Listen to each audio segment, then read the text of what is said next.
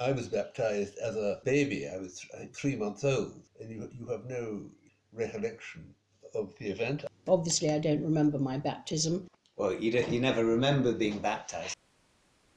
Nobody baptized as an infant remembers their baptism. So can this ritual really have any bearing on their sense of belonging and who they become? I wouldn't say baptism had much effect on me. I think it's had a long-lasting, continuing impact on my life. It was very much a part, Ballantyre Church, the sort of experience of in my childhood. I've always found it a solid rock in the background. A sense of supportive friendship, and that's carried me through, really. I didn't realise that I was actually officially christened. I definitely have a connection with the church, and it gives me a warm feeling, and it's somewhere I like to go. I mean, I wasn't a particularly holy child. It's our local church, we've got to try and support it. I'm sure my mother got married there because they'd always been to that church and they just loved it. I feel it gives one a sense of belonging to the church, but it's just part of the fabric of one's life. On first discovering this place, I felt immediately at home. So why now am I questioning where I belong? I used to think of myself as fun, but I don't think of myself as fun anymore. Quite serious, more serious now than I used to be when I was younger. Very family oriented. I've always quite enjoyed, even when I was at school or doing recreational pursuits, being in a leadership role. When you go to Sandhurst, that leadership is very much the main core business there. I want to learn how to be a young lady and cook and sew and write and do all those sort of things, which I enjoyed. Hard work, but I did it well, I think. Certainly came out the other end in one piece. Being brought up here is pretty amazing. The freedom was amazing as a kid. And we were just brought up in boats and that sort of thing, so it just came naturally. Partly to do with the racing, because I'm quite competitive in it. We are single-handed, we race in single-handedly, and that's what I really like, because I like to be, the master of my own destiny, or the mistress of my own destiny. If you make a mistake, it's your fault. Nobody else to blame. Every person has his or her own personality, which is unique to that person, but they've also got a complex mix of the genes from previous generations too. Education, the family environment undoubtedly influence the way one develops. But the genes, I would say, account for probably half the background of the person you become. But what is it that makes us who we are? Do those who have gone before us, our genetic inheritance, impact on who we are today? Or are our own experiences of people, of places, our education, what moulds our character? The only thing I ever wanted to do was read law, because I suppose I'd inherited my grandfather's sort of legal kind of mind. In March and April, I spent my whole time really with them on the farm. And I really loved the idea of farming. I increasingly liked the idea of joining the army. Part of it was, I suppose, the adventure of it. Part of it was that I knew a number of people who were going to join the army, who were in the army. So must I accept that I too have been influenced by my parents? Can I break free from that influence? My ambitions in life now is to give my unborn daughter the best chance in life. Oh no, I think it's definitely been worth it. I'd always known from day one there was never anything else I wanted to do. Like my godparents in Ireland, they are very ambitious, just always moving forward. There's no pause for them. It's not related to financial reward, it's related to setting your mind to doing something and seeing it happen. And it had always been an ambition of mine to start a business from scratch and make a success of it. I went to really beautiful, amazing schools and encouraged you to be part of a community, give back to your community, push yourself in lots of different situations which you would not normally be put in. All of that has really made me who I am today. Gave me very broad horizons, and we're told we could do anything we liked. You've got to make it do as best as you can. So you've got to be committed to, but otherwise you wouldn't be here long, I don't think, if you weren't committed. I wouldn't say I'm a high risk taker. Maybe medium risk. I suppose it has been risky starting farming from scratch. To me, the achievement was to create from not a lot. Can we then, if we're sufficiently committed, become whoever, if not whatever, we want to be? Things that have been important to me, a lot of them centre around family. So we do a lot of things together. I think that's quite key.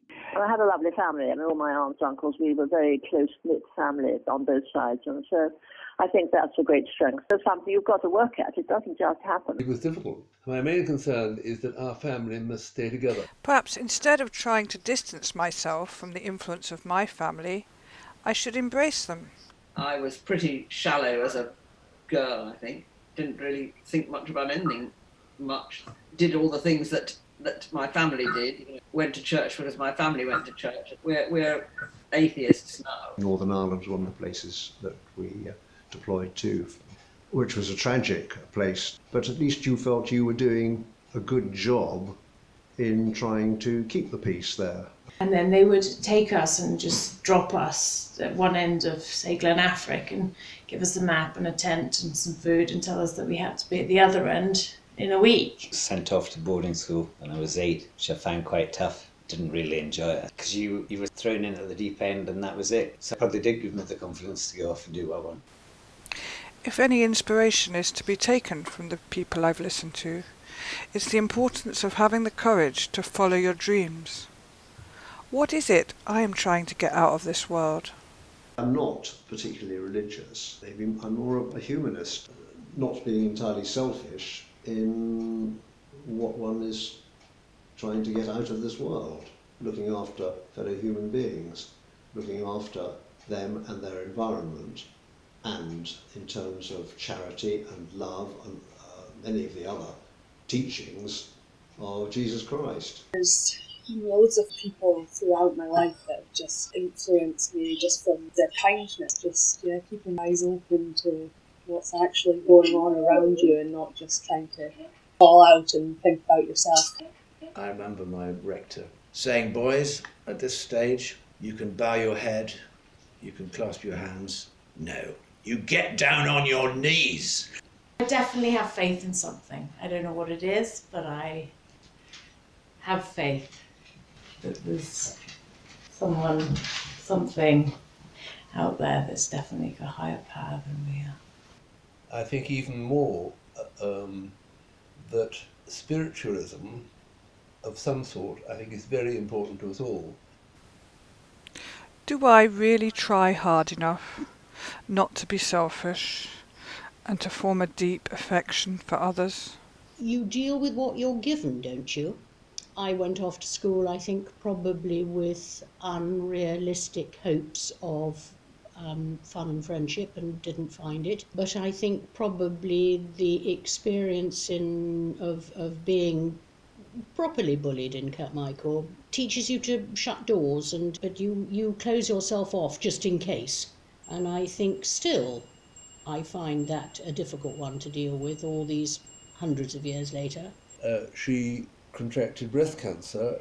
Over 18 months she went downhill, and despite everyone's best efforts, she didn't recover and died age 36, which was a very, very major blow to me and to our family.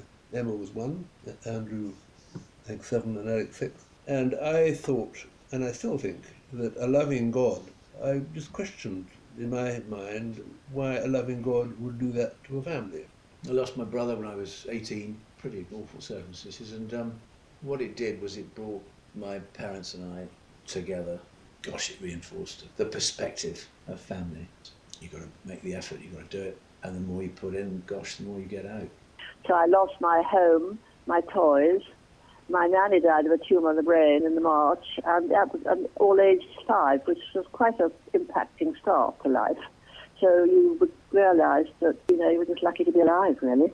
Very insecure as a result, really. I mean, tomorrow may not come even, How does our past impact on the present?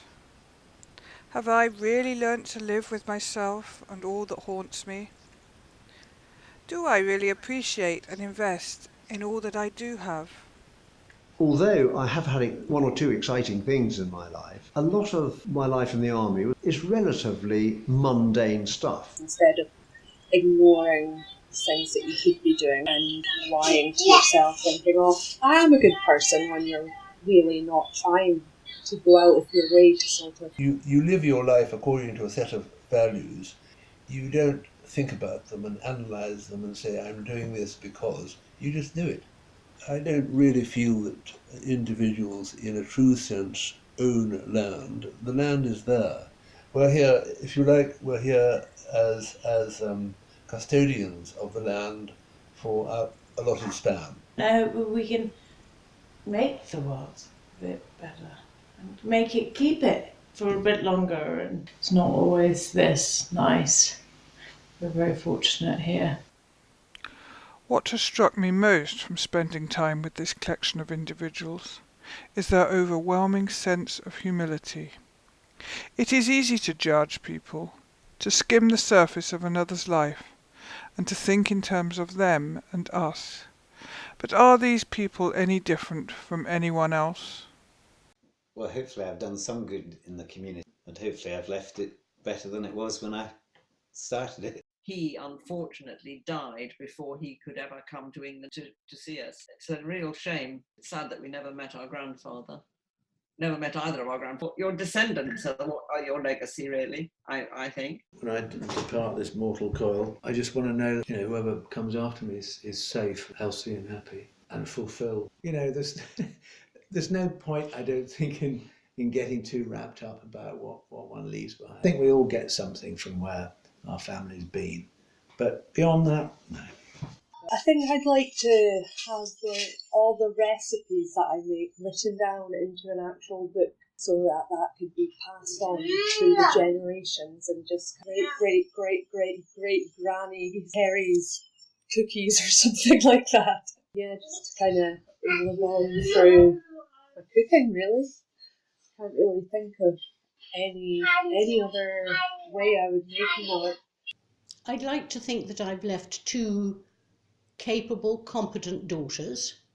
I would think I would just like to remember as a loving mother and grandmother. I don't think I had any other ambitions, to be honest. So many of my friends have died, which is so sad.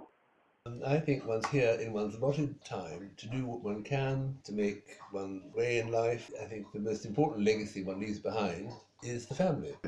I mean, on a macro scale, it would be wildly pretentious and arrogant to think that one changed the world an iota. But the world that one has inhabited and what one can do, for all the effort one's put in, all the things one's done, things you regret what you've done, that in the end the balance sheet shows that you being in this country, on this planet, has in the most infinitesimal way, if only, changed it for the better. Life, it seems, is about creating new life. Is that why I'm searching for meaning? Would I feel differently about my place and purpose in the world if I had children of my own? Only in other people's memories will I live on.